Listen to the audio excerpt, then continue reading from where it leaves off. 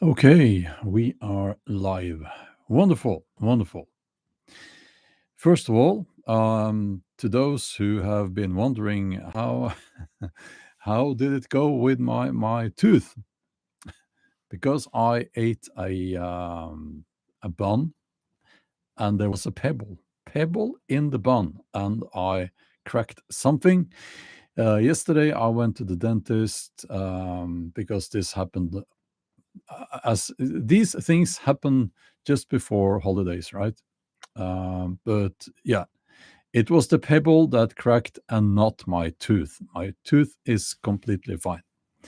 So I'm happy to report that everything is okay, everything is fine, and yeah, because I complained about that that day when the day after that happened, I was here complaining about that, feeling sorry for myself. Um, so yeah, a pebble or a little rock in there was a little rock, I think, tiny little rock in the bun that I was eating. Okay. Moving on. Um, Hi there, KP Hidden. Hi there, Kat. Rick says hi from Pennsylvania. And Simon O'Lee is here. Wonderful. Yeah, we're going to get into a one of these rants. I sometimes I feel like I have to say something about certain things. Um, Horror Business says too early to join, but I'll catch this one later. Yeah, wonderful. Jason is here. Real history is unpleasant, says hi from the Balkans. Ilis, yeah, from the Balkans.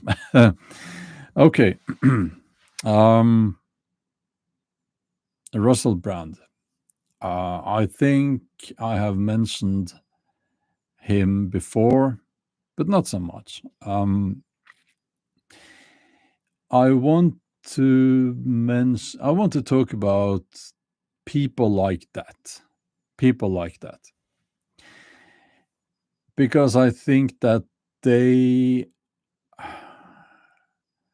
are given a free pass in many regards in our culture, and they shouldn't get a free pass. So Russell Brand, actor, comedian,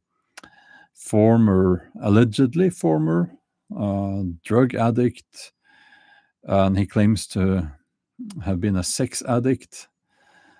Isn't it funny how when people say that, they are basically saying that, oh, I was so attractive, I'm so attractive, so I became a sex addict because the women couldn't keep their hands off me, you know. Something like that. That's what it sounds like. I I guess there is something called sex addiction. I think people can get addicted to anything, but it sounds a little bit like he's saying, "Oh, I'm so attractive. Women couldn't keep their hands off me." Um, but anyway, that's he's claiming that he didn't know his way through life. He didn't have morals and ethics, and it was a bit of a chaos in his life until he found Jesus, the Lord, as he says. And how convenient that must be. Um, it seems like these internet podcast bros, in the manosphere, you have people like what's his name, Jordan Peterson. They turn to the Lord, don't they? And by doing so, they don't need to argue or present their case anymore, because they can just say that, well, I found the Lord. I found the truth. It's my faith and this and that and all of that. It you know how it goes. Yeah, Tate. That he got a little bit. He went even further. He found Allah, didn't he? He became a Muslim. But my main point here is that um,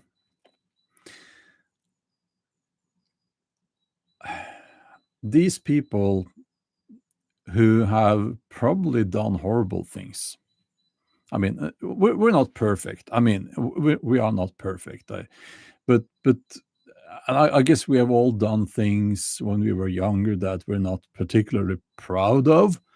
But it's not like, I mean, most people they don't do really bad stuff to other people. I mean, we kind of operate within a somewhat acceptable a range of actions that are somewhat acceptable. You know,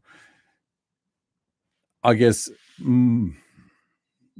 at least in this culture here in Scandinavia, most young men have gotten drunk and they wake up in they wake, gotten drunk and they wake up next to a woman and they can't remember her name, like something like that. You know, it's it's like, while that is not really, it's not great, it's not really something to brag about, it's not like evil. You know, it's not like you're being a very very bad person. These things kind of happen, you know. And I am sure, if you're being honest with yourself, you can relate to this. But in the when it comes to Russell Brand and people like that, because he's not unique, people like that take advantage of other people, especially young women. And they keep doing that because they can. And they keep doing that because they get away with it. And that's why, I believe that's why when these people get famous, then these women, they step forward. And when one woman steps forward, then other women, they feel that they have the courage to do the same. Um, and and that's why we see these cases popping up, accusations of rape and so on. Now, I don't know if Russell Brand has raped anyone. I don't know. I haven't looked into those cases, and I really don't want to, actually. But what I'm trying to get to here is that people who have done horrible things, particularly, you know, with the drugs and rape and things like that, they seem to turn to the Lord. They become Christians. They do. It's very, very common. And they will say so in court. Now, I know this for a fact because I have a police attorney, I think it's called, like the police lawyer, the lawyer for the police in my family. And it's so common that these people, they regret their past life, like their actions. They regret everything. And they will then say that it was because I was I didn't know. Life was chaotic, but then I found the Lord. That's what they're saying. And it's convenient to say that, I guess, because then they can just say that, well, everything is better now because I found the Lord. Um,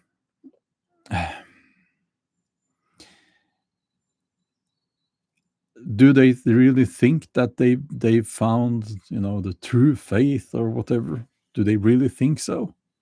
I don't know. Some of them do. But it doesn't really matter in this context because here's the thing, it doesn't change anything. You're still guilty of what you did. It doesn't change, and this is the logical fallacy, and people fall they buy this for some reason. It doesn't matter who you are today in the eyes of the legal system. It doesn't really matter. If you have raped someone, you should go to jail. It doesn't matter if you now have become a Christian or claim that you found Christ and whatever. It doesn't matter. And this is what people need to, I think, this is what people need to be less forgiving in these cases.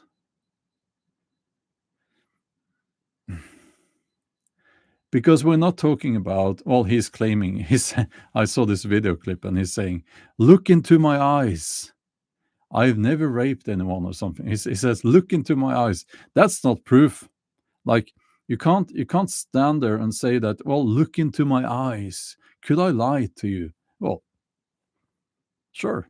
There are many people out there who lie. They lie in such a manner that they believe it themselves. And is Russell Brand such a person? I don't know. He is an actor, so he wouldn't have a problem. Even if, I mean, he is an actor. He would not have a problem playing innocent. Look into my eyes. You can tell that I'm innocent because you can see that in my eyes.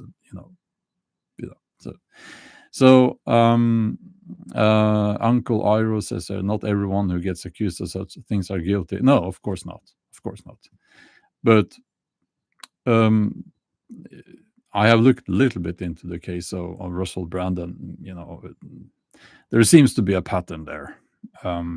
Very, very young women, well, not women, even girls, and all of that. There seems to be a pattern, right? Do I think that he will be convicted? Probably not. But there are many people like that, and my main point here is that they seem to conveniently find Jesus or the Lord, as they say. Now, I am not a Christian, but I have Christian friends. I have deep respect for that spirituality. I think that the teachings of Jesus are extremely valuable. And as far as I understand, it's about being kind to people. It's about love. So all of that is good. I have a lot of respect for that.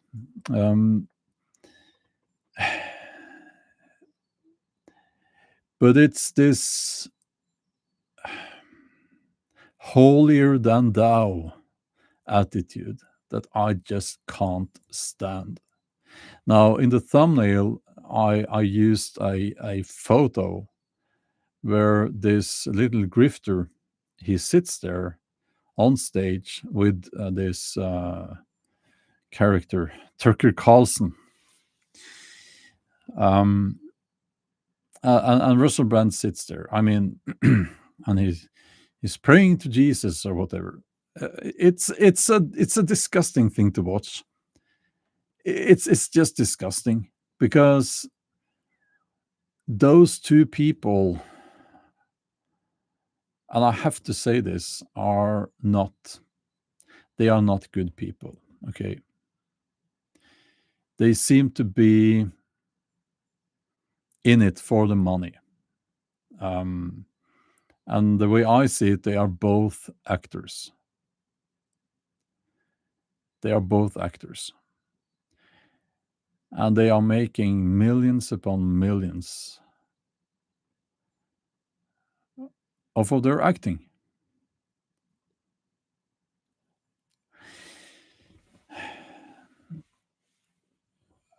And I think that these people should not be listened to when it comes to faith.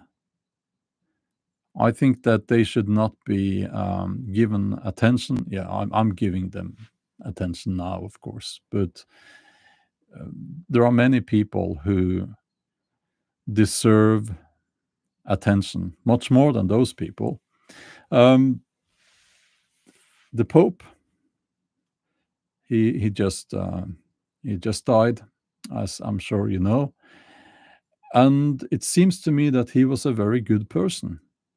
He was a kind and good person. I don't know everything about him, but that's he came across as a very good person, a very kind and good person. Um, and of course, now the Pope, he was given a lot of attention, of course, well, as the Pope. But that's the kind of Christianity that should be listened to, in my mind. When it comes to Russell Brand and people like that, I can't stand how they are obviously in this for the money. They are grifters, as they say. That's the term. You know, they.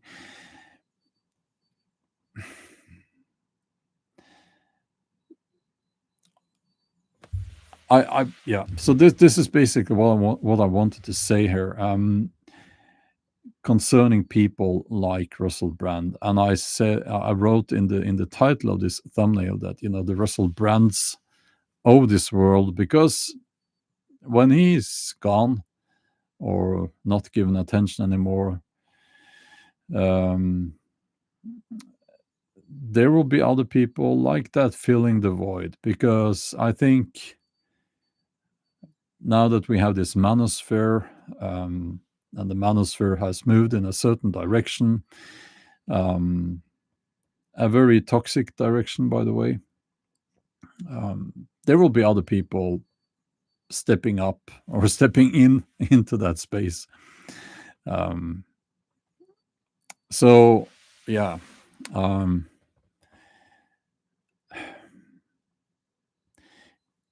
I mean, if someone is a drug addict and all of that, a criminal, and then they find the Jesus or whatever, and that makes them stop doing being a criminal and drug addict, well, I guess that's good, that's great. Or if they find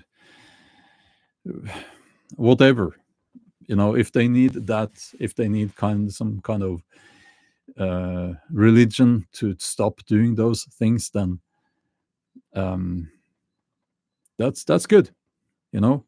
But in the case of someone who so openly is displaying his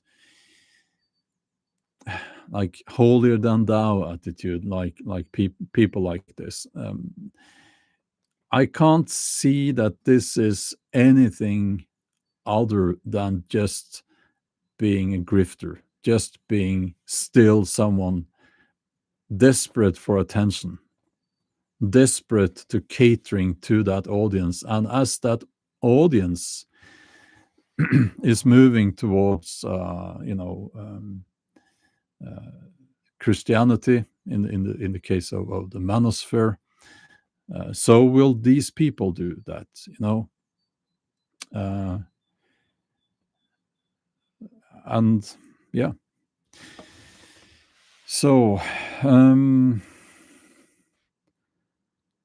let's see here.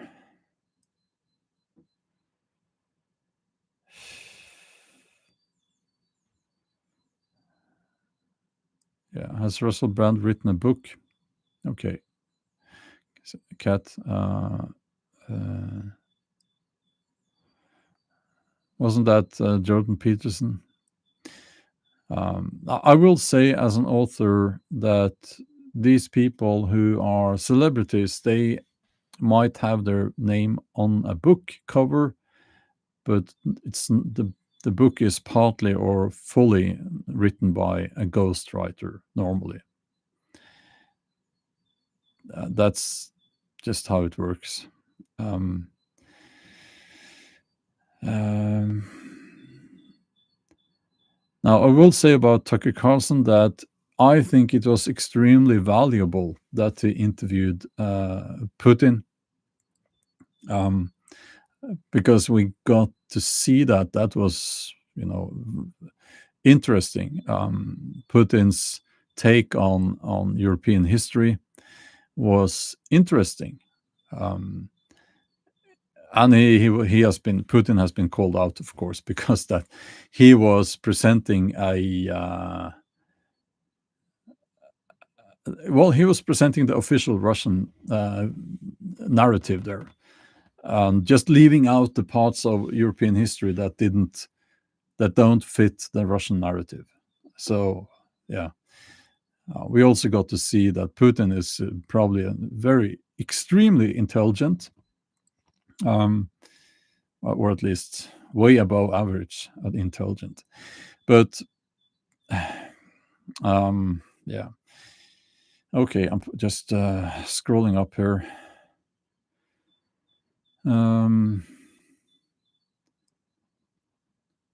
Yeah,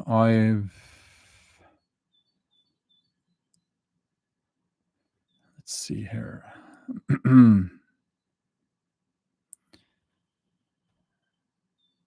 Yeah, Kat says in the brand case, I think anyone with a brain would know he's a skeevy guy. That was his brand. He seems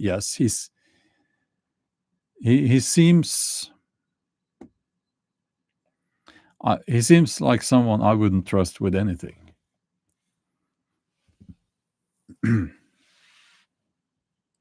Let's see.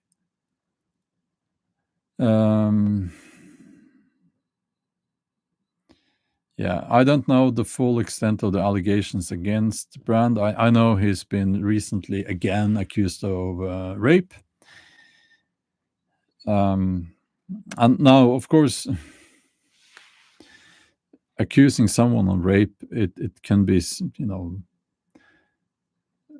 something that can be done in an attempt to take someone down, to hurt someone. Yeah. Dara says innocent until proven guilty, and it was 20 years ago now. Yes, that's the principle. That's what we normally say: innocent until proven guilty. But in the eyes of the legal system, you're not innocent. Actually, did you know that? You're not. There is nothing innocent until proven guilty. Is not actually a thing. You can erase innocent and just replace the whole thing there with not proven guilty. It's actually not the principle that you're innocent until proven guilty. You're not guilty. That's all. There's a difference there. It means that actually anyone can be guilty. You're not innocent. You're just not proven guilty of anything. That can be said about it. There's a difference there. Okay.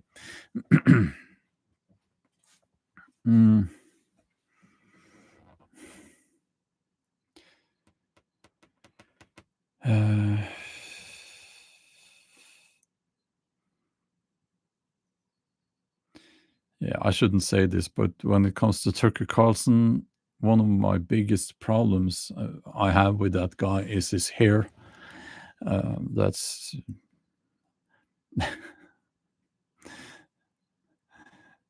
it looks like someone who was transported from a 1950s or 60s movie into today's world. But yeah, okay.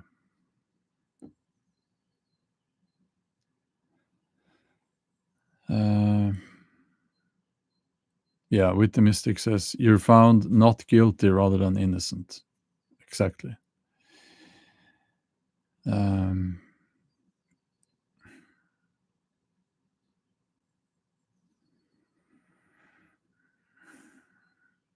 Yeah, when it comes to Jordan Peterson, I don't know what happened there. He's been I've listened to him in interviews and podcasts, or a couple of them. I try not to listen to him anymore. He was praising what's it called? Well, yeah, a certain kind of narcotic drug, and he used his experience with that drug as proof for the existence of God. And that's where you kind of that's at that point people should stop listening to him. Um, because that's just sad, you know.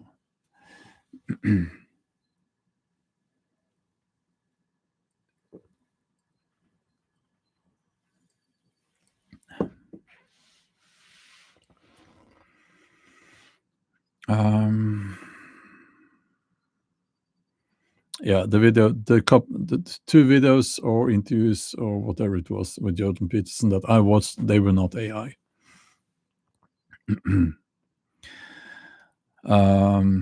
And the amount of the word salad there's a word amount of word salad, if you know what I mean.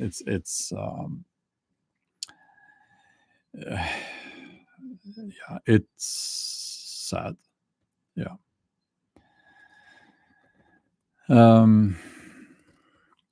Gracie Golden says, "What the hey? You speak of Odin." Yeah, I speak of Odin as a symbol of many important things, and I'm not saying that I'm taking drugs and that's proof that Odin exists. I would never take drugs, and I mean, I would never do that. But you surely must see that there's a difference. Um,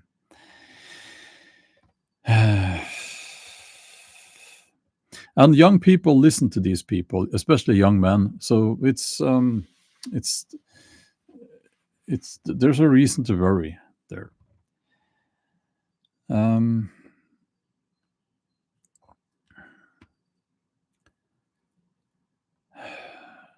Let's see here.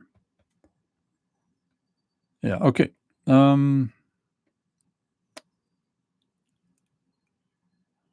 Let's see. Yeah, Mike is asking, what is your thoughts on Trump's upcoming meeting with the Norwegian Prime Minister? Well, the Norwegian Prime Minister and Stoltenberg, who is the finance minister now in Norway, they will be going to the USA to meet the Emperor of the Universe, Mr. Trump. And I think that it's quite obvious that they will do their best to sweet talk with this very sensitive person in the White House.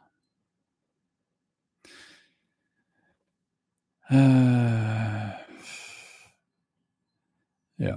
Okay. I'll just mention before I continue. I just said I would never take drugs, and you should not. Why do you keep asking? Do you think I'm that kind of person? No. Okay. So enough about that. Yeah. So they will be talking to that very sensitive person with a huge ego, and we will see what happens. Norway is not very dependent on the USA when it comes to trade, but leaders in the European countries are seeing the global effects of Trump's policies, and it's not good. It's not good. So, so it does affect Norwegian economy indirectly. So that's what we are trying to we're trying to mend the damage that has been done. At least there's an attempt there. Yeah.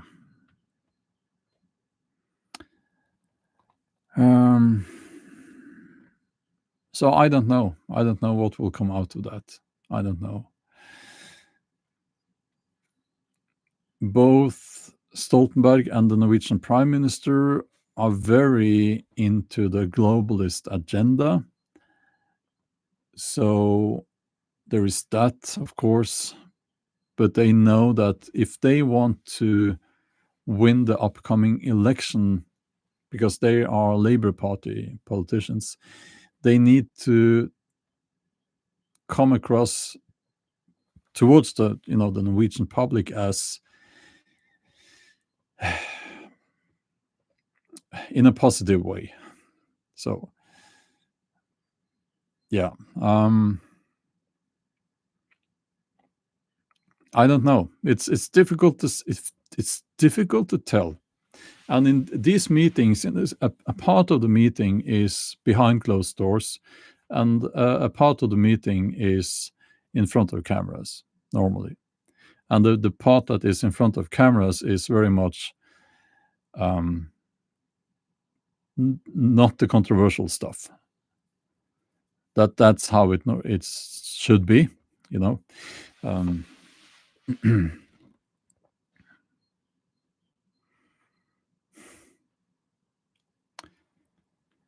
Gracie, what does that mean? I think you are a covered man and you don't even know it. What's covered? What is covering me? What do you mean? Please explain. I'm Norwegian, so I don't know what that means. Covered?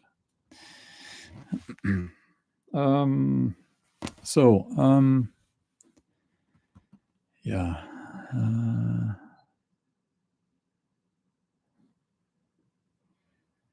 Let's see.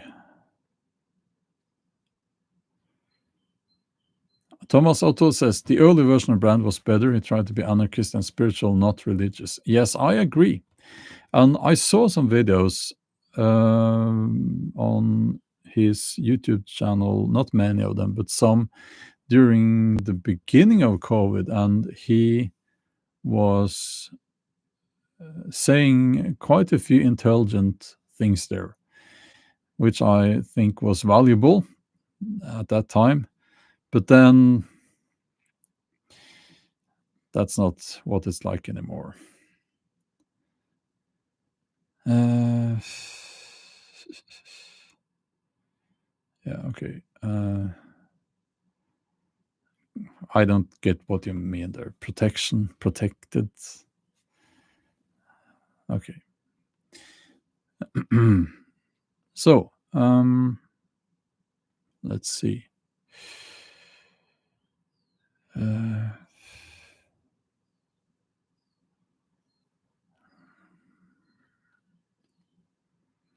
Yeah.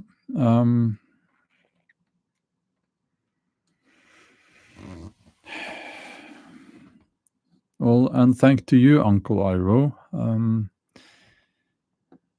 Yeah, during COVID, I tried to say and tried to use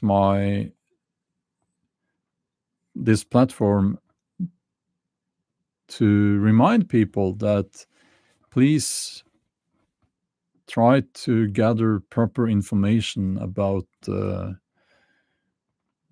cough medicine.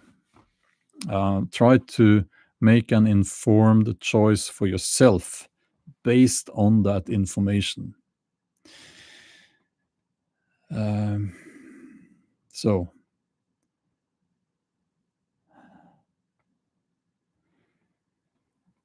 let's see here. Okay. Yeah, Carl. Yes, we all remember the alternative lingo we had to use. We still have to use that.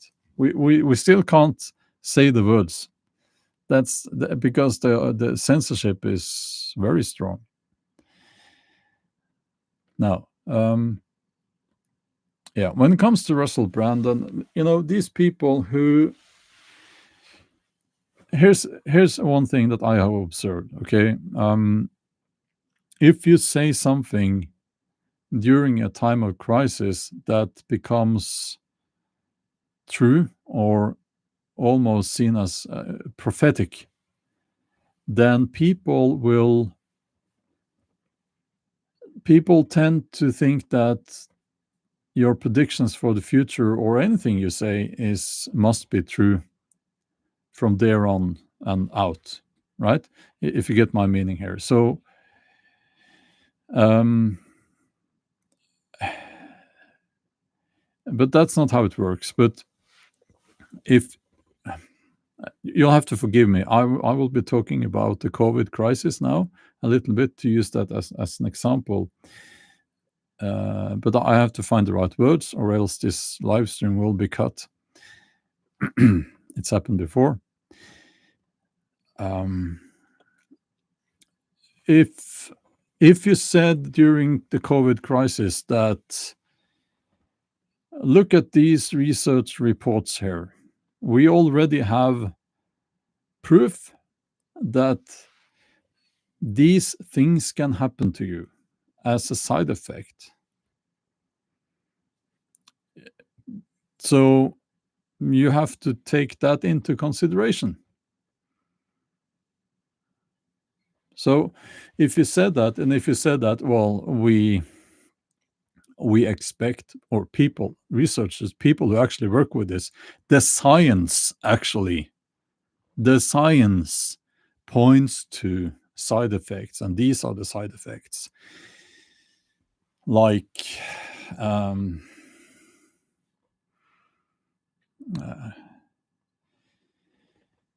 can I say hot? Yeah, you know of these side effects now. Everyone does, And if you point that, and those results were there very early, because they had tested this also when it comes to fertility on animals. So if you pointed at that during the height of the COVID crisis, when everyone was lining up to get that cough medicine, if you pointed at that and you said, this is going to happen, this is going to be a problem, we're going to see a lot of people doing this, pain here in the chest, then many people will see you as someone who knows the truth about everything. Oh, this guy must be prophetic. How could he know that? And it's not, but you're not being prophetic. You're just looking at the facts with an objective mind. And that's why I'm always saying you have to put your emotions aside. You can't be emotional and you can't have opinions.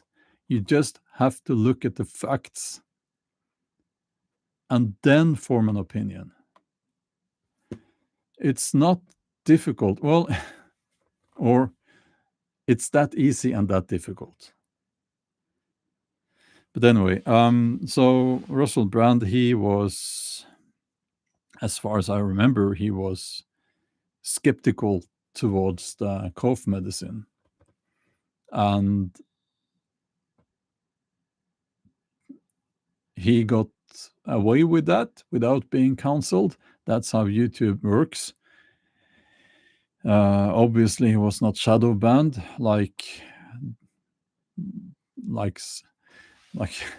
some of us other YouTubers were, probably because he was bringing in a lot of money to YouTube.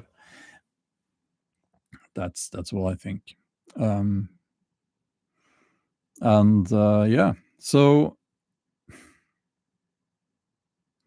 you know.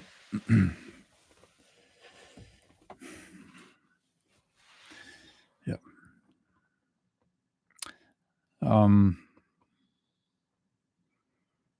But then, of course, they had to move on, and they moved on into taking like Jordan Peterson. No, Jordan Peterson, he was on board with the whole COVID narrative, of course. As far as I know, But yeah, they had to move on, and they lots of these people, they moved on towards finding the Lord and all of that. And I think a lot of that movement happened very much because of the craziness of the woke ideology with the transgender thing and and all of that, you know. uh, um, and Christianity, or no, I shouldn't say Christianity, but that kind of Christianity, that dogmatic Christianity, uh, was there, and it welcomed people who were in opposition to the crazy, you know, the, the, the real crazy woke stuff. You know, that's what I think.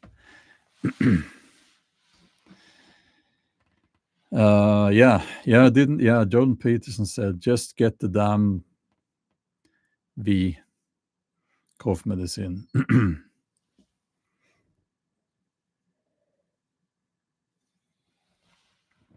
So said Mr. Warp Speed, and he's now in the White House, being prayed for by the same people who opposed um, the cough medicine when it was done under Biden. Isn't it funny how things work in this world?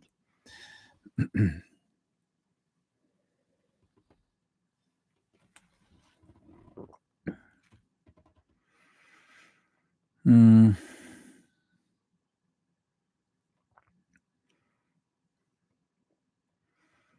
yeah.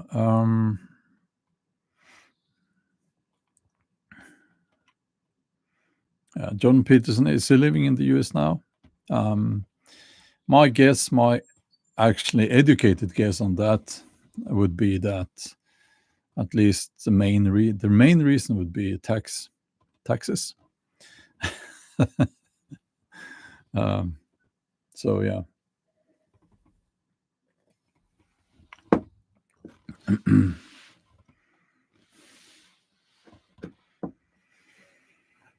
Mm,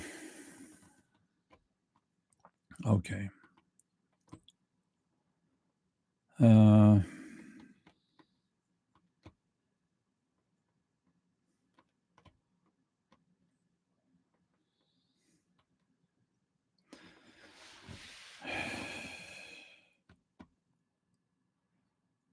yeah. Well, I'm just looking at the chat now.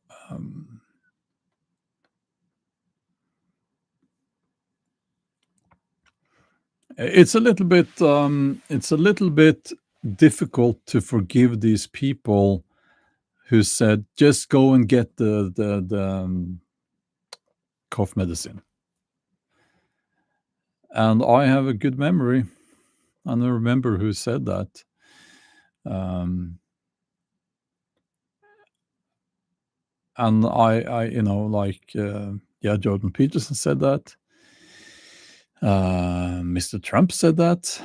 Um, this Ben Shapiro said that. Um, and who else? Many of these people said that. Yeah. Um,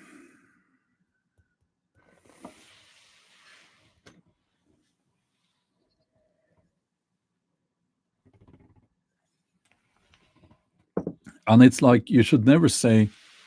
I think it shouldn't be forgiven. I'm not really big on the forgiving thing, but when you say go and get cough medicine, or if you say don't get it, both are crossing the line. You know, it's okay to say I wouldn't get it, and I probably have said so several times. Um, but you should never try to. Well, actually, if you say don't get it, then you can get it later, can you not? So, but if you say go and take get that medical intervention there. You're basically stepping over the line, across the line. You can't do that. It is not your place. It's not my place. It's to do this, to say that.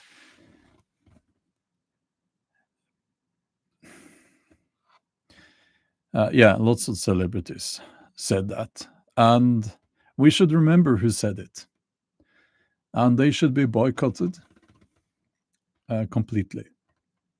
They should not have a career anymore.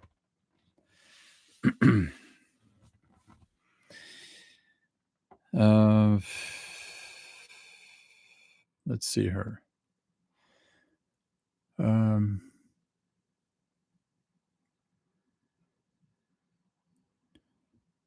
Yeah, well, Ben Shapiro.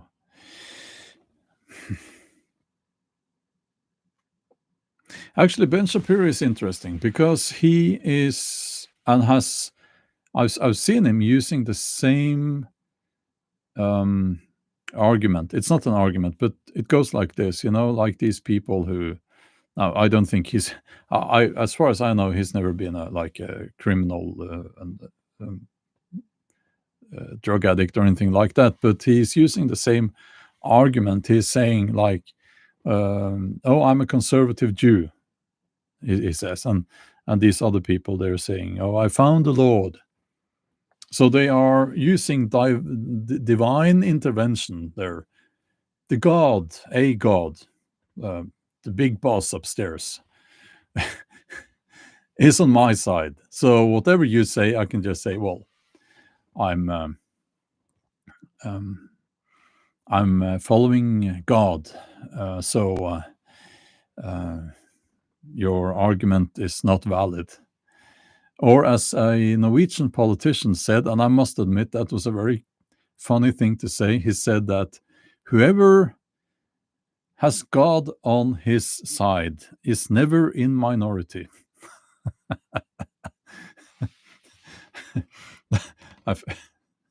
And yeah, he was the leader of a very small Norwegian political party. And if I ever should get in a debate with Ben Shapiro, which I really don't feel like, but it would be funny to completely destroy that little guy, which I would. And if he tries to pull off that idiotic crap, like, oh, he says something and then he says to defend his stance, but I'm a conservative Jew. I would say, well, I'm sorry to hear that, but we still have to apply common sense and logic. And so, yeah.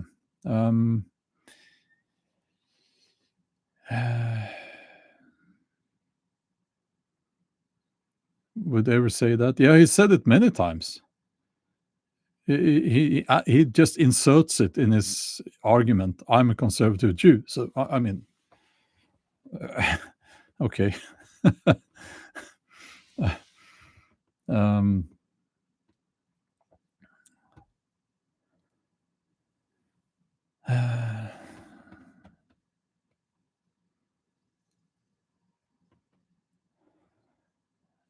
yeah, well,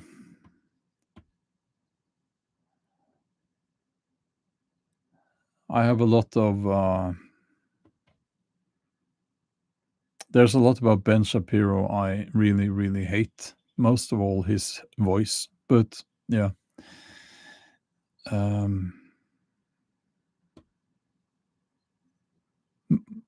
Moody, but well, he is using it as an argument. That's exactly what they are doing. And it's very easy to pick it apart, and you can do that by here's a test. You can do that. If you transcribe what they're saying and you just delete whenever they say something that refers to their religion, you just take it out of this transcription and then you read it and you will see it is actually used as an argument.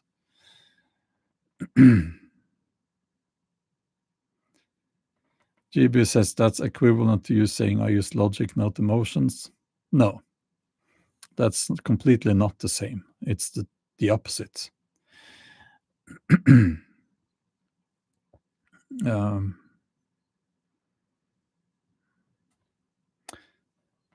New World Order says Jordan Peterson has become more religious in his podcasts over the years, maybe to help promote his theological books about Christianity. Yeah, I did actually not know about those books, but yeah, these people are in it for the money. Absolutely. um, let's see. Um,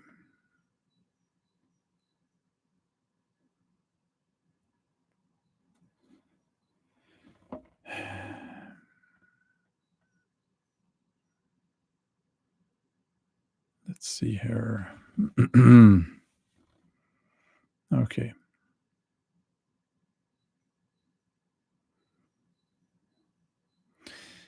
Yeah, Jordan Peterson is interesting in that sense. I mean, is he genuine? I don't think Russell Brand is. That's quite obvious. But Jordan Peterson, does he really believe the things that he is saying?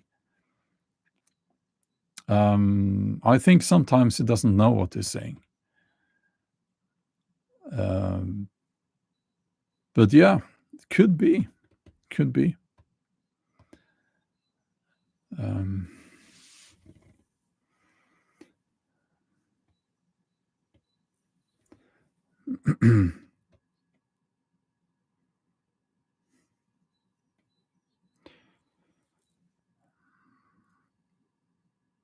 Yeah. Moto Kisco says only a fool relies on a man's wisdom. That's a very strange thing to say.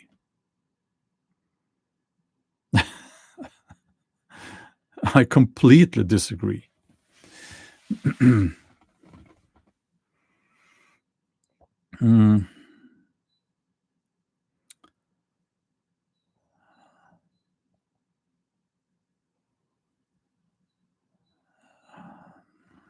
No, I don't know. Kingdoms and Kobolds, I don't know if Jordan Peterson really believes what he's saying. This is just a guess. I don't know. I don't know. It just he comes across as someone who believes what he's saying. At least when you compare him to someone like Russell Brand. Russell Brand does not come across as someone who believes what he's saying. He's an actor. So, but I don't know these things. It's just how I perceive it when I watch it on the screen.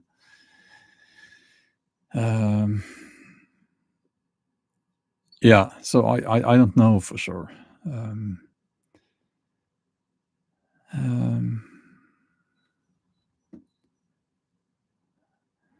Yeah.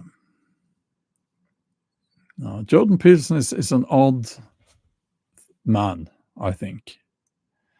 Is very strange. Other people are in the public sphere are much more easy to. It's easier to know what they're about, like Russell Brand. He's obviously a grifter, and his little friend, the one with the hair, the one with the funny hair. I just mentioned him. The guy who interviewed Putin, Tucker Carlson. Yes, funny hair guy. Yeah, he's obviously like he comes across as very fake. Like he's probably a devout Christian. I would guess he is. He truly is. But again, it's a kind of Christianity that is so far removed from the teachings of Jesus that it's he would be if Jesus came back, Tucker Carlson and Russell Brand and those people would be the ones he would kick out of the temple, you know. Uh, that's what I think.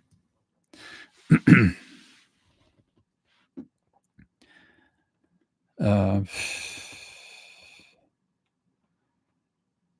so and I think that I think that we would be surprised if it's an interesting thought experiment, right? It's an interesting thought. If Jesus like uh, the figure of Jesus, like in the Bible, Jesus, that character.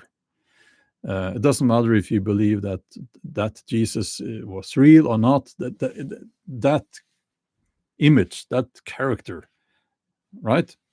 If he came back, who would be the people he would then connect with, and who would be kicked out of the temple? Isn't it interesting to think about that a little bit? Hmm.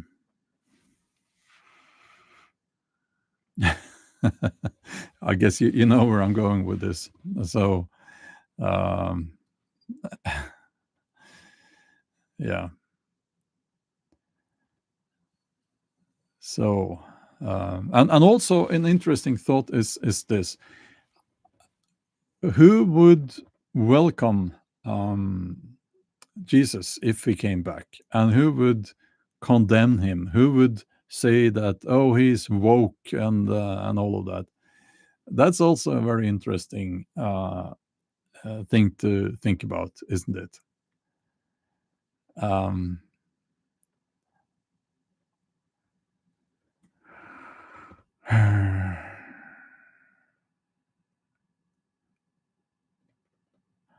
Gracie, you're kind of borderline offensive here. I don't know. Is it a language thing?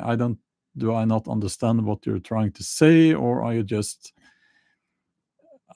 not being a very nice person here? Please clarify.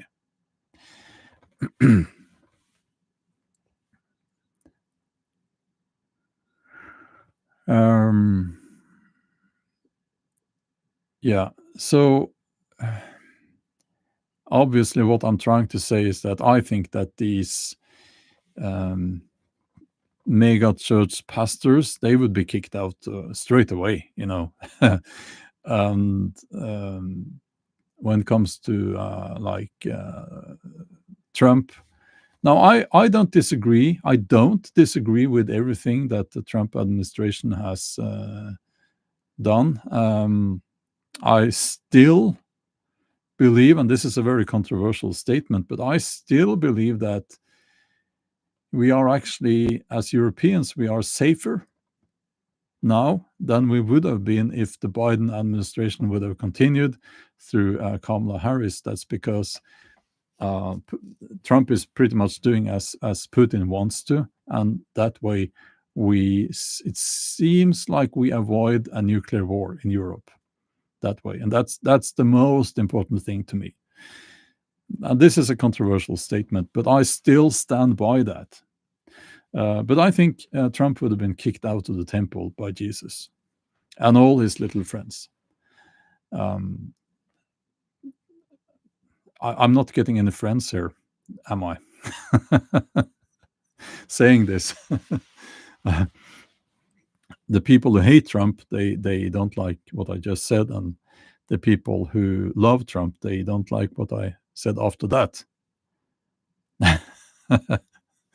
So, but anyway, to continue, here I want to reply here.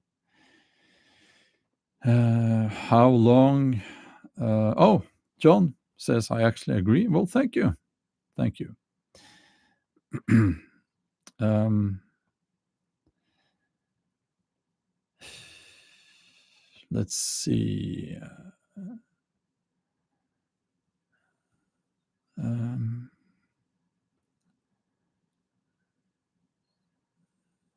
how long have you been pagan? I can answer that. I have been pagan my whole life. actually.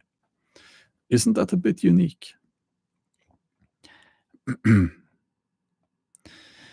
Um, so,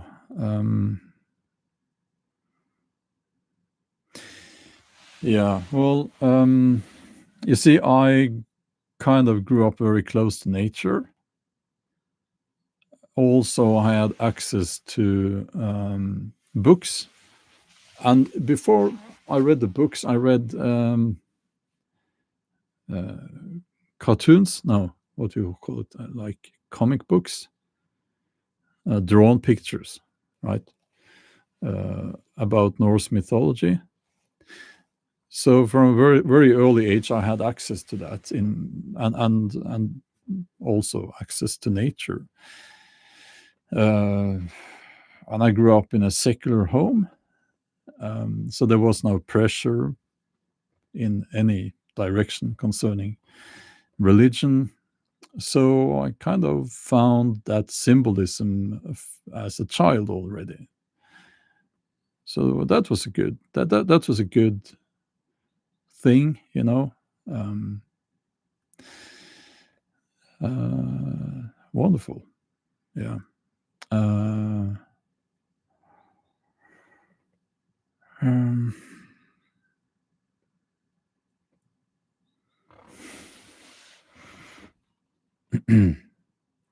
okay. Yes, also, yes, I've read Asterix comic books. Yes. Um, yeah, Brian says many of us did as well. It just wasn't called pagan where I'm from. Yes, yeah, that's true. And you know, I still don't really call it pagan. Being pagan, I don't really call it anything. um, but I remember, even as a child, you know, it was not uncommon to point at the sky, you know, when you had thunder in the summer rainy sky, and oh, that's Thor, or Thor as we say, with his hammer. um, and yeah, so it was always very close. um, it was always very close. And of course also in nature here you come across old grave mounds, you come across these Bronze Age rock carvings. So um, I would say that that part of ancient history was much more, is the word prevalent or visible to me than Christian things like churches and stuff like that. Yeah. But then we got in very early in school. I was 7 or 8. We had I remember we all had to be Christians because of our teacher, and it was Norway was a Christian country back then. So in school you had to be a Christian, and it was we were taught about Jesus, and we had pictures about cute little lambs and stuff like that. And yeah, so that was uh, Christianity was, I will say, kindly, but kindly forced upon us. Um, and I remember I had no problem with that. It was just a bit of fun and uh, stories about Jesus and all of that, and it was the nice stories. It was nice, and some songs. I remember the songs were very boring, very boring. So, sorry. Yeah. That being said, I don't think any of the kids became Christians because of because of those songs and the stories, and it, you know. Um, but I will say that now schools or the entire country here is secular, I think that's a much better thing, because then no religion is forced upon anyone. So you can choose for yourself.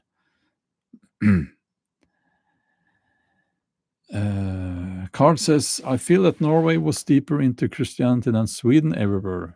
Would you agree? Interesting question. I can't really answer that because I don't know what it was like in Sweden. Brad Strungout says, I remember being told I'd burn in hell for eternity for not coloring in the Easter bunny at school. Okay. Okay.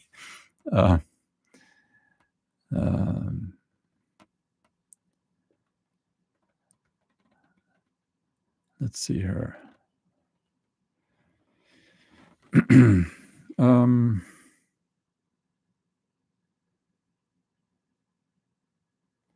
I'll scroll up a little bit.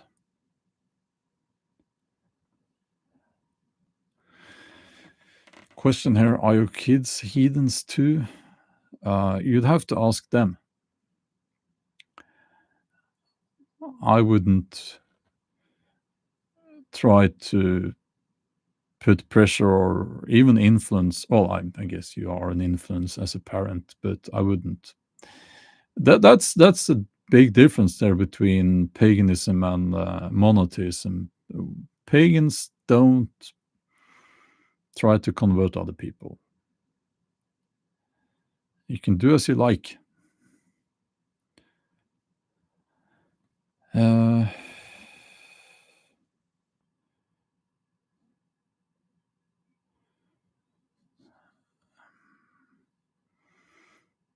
Let's see. I'll just have to scroll down a little bit. New World Order says religion is used as a method of control, the same as politics. Yes, absolutely. I would say that has been the main thing that religion has been used for up through world history. Let's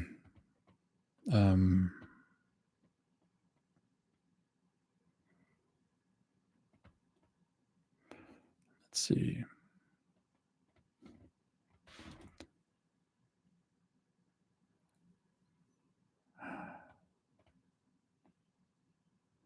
Ahmet Dogan says something interesting here.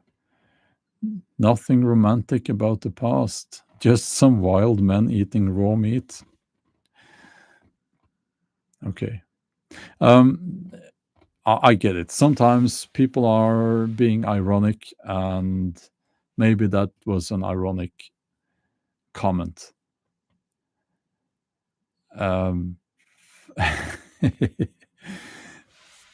But I'll still respond to it because it's interesting because many people actually believe that. And they believe that, people were primitive in the past. People were, and especially heathens before Christianity, they were wild men eating raw meat in caves. So let's just talk a little bit about that.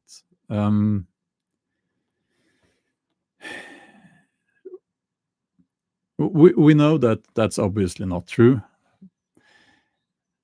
and we know that. Let's just take Scandinavia use Scandinavia as an example because that's where I am, that's where I live, and it was a very rich culture. It was a very beautiful culture, full of art, music, song, spirituality. It had the opportunity to grow into something very beautiful because it was a time of abundance. Of course, times were sometimes hard, but all in all, it was a time when the population grew, and it was a time of abundance. And we know quite a bit about how things changed with Christianity.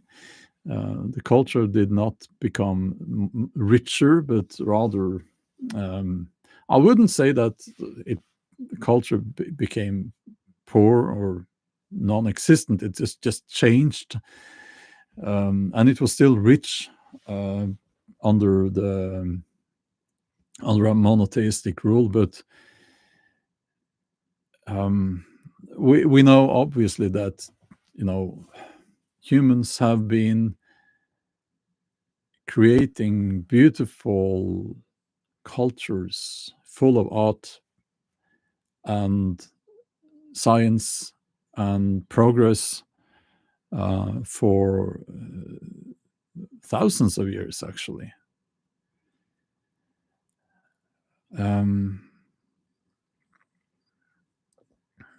If you go to the Sumerians, that's a long time ago, and it was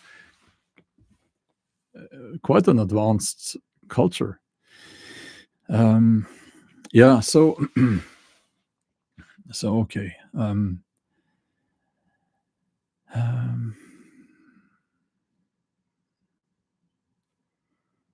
Okay.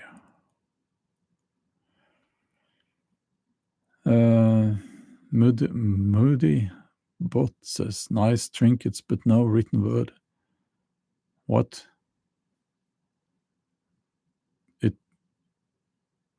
The cultures I mentioned were certainly cultures who used the written word, obviously. I mentioned the Old Norse culture. I mentioned the Sumerians. Both used the written word. So,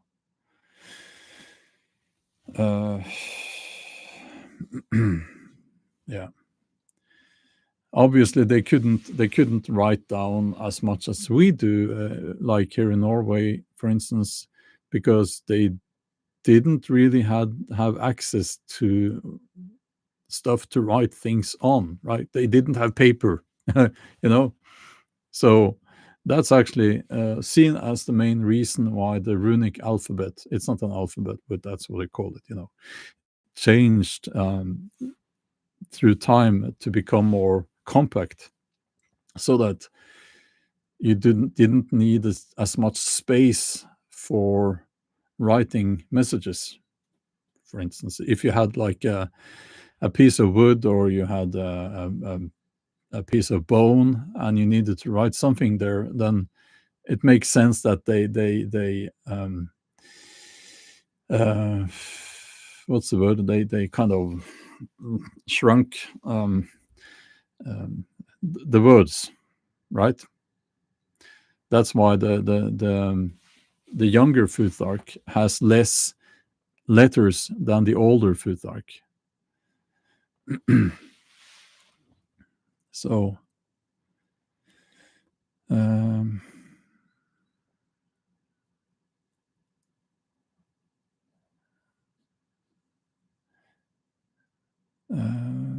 yeah, GB is asking, I wonder how that affected thinking and speaking in society, and how writing improves that. Yes, certainly does. I think things like diet, and we affects the progress and the intelligence. We know that. Again, I'm using my own culture here as an example. We know that they unless times were hard and they didn't have enough food, except for those times, they ate a very healthy diet, good for brain health, lots of fish, you know. So that could be the reason why they were bigger than people further south in Europe. And obviously, it made the population grow, because more children grew up, less children died, right? And that abundance also probably created a space for art and science, the written word. We It sounds strange to some people that use the word science, but what else should we call it? How did they manage to create ships that fast? Well, that's science, trial and error, and a knowledge of. It's not aerodynamics when it's in the water, but the dynamics of movement in the water. And that's the only example I can think of right now. But weaponry, medicine, and a lot of that knowledge, like herbal medicine and so on, has been lost in time. And that's, as far as I know, mainly because of Christianity. They would come and kill, the wise old woman. They would very often be killed. So hydrodynamics, yes, thank you.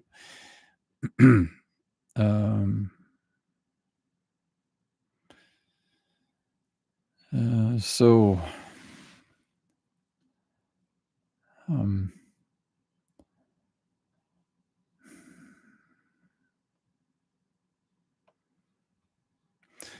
Sweden has a different history, of course. The conversion to Christianity was more violent in Norway. That is true. It has something to do with geography. And that's also why in Sweden people remained non-Christian for a very long time, simply because it was difficult to reach those villages in the inland. And we had a specific problem here with the two Olafs. Olaf Haraldsson, the last one, was a very cruel man, and yeah, okay.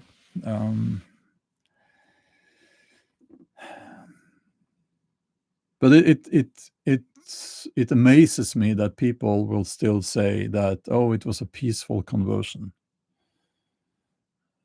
Christianity in Europe, it was a peaceful conversion. It's amazing. It's amazing that people believe that. It's the ignorance is just wow. Yeah. But anyway.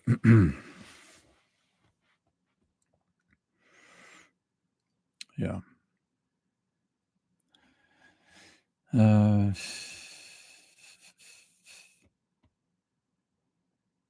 Yeah, well, we usually say here in Norway that it was a conversion by the sword.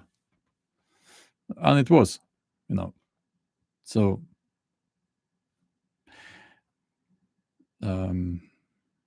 would it have happened anyway? Probably, but much, much later.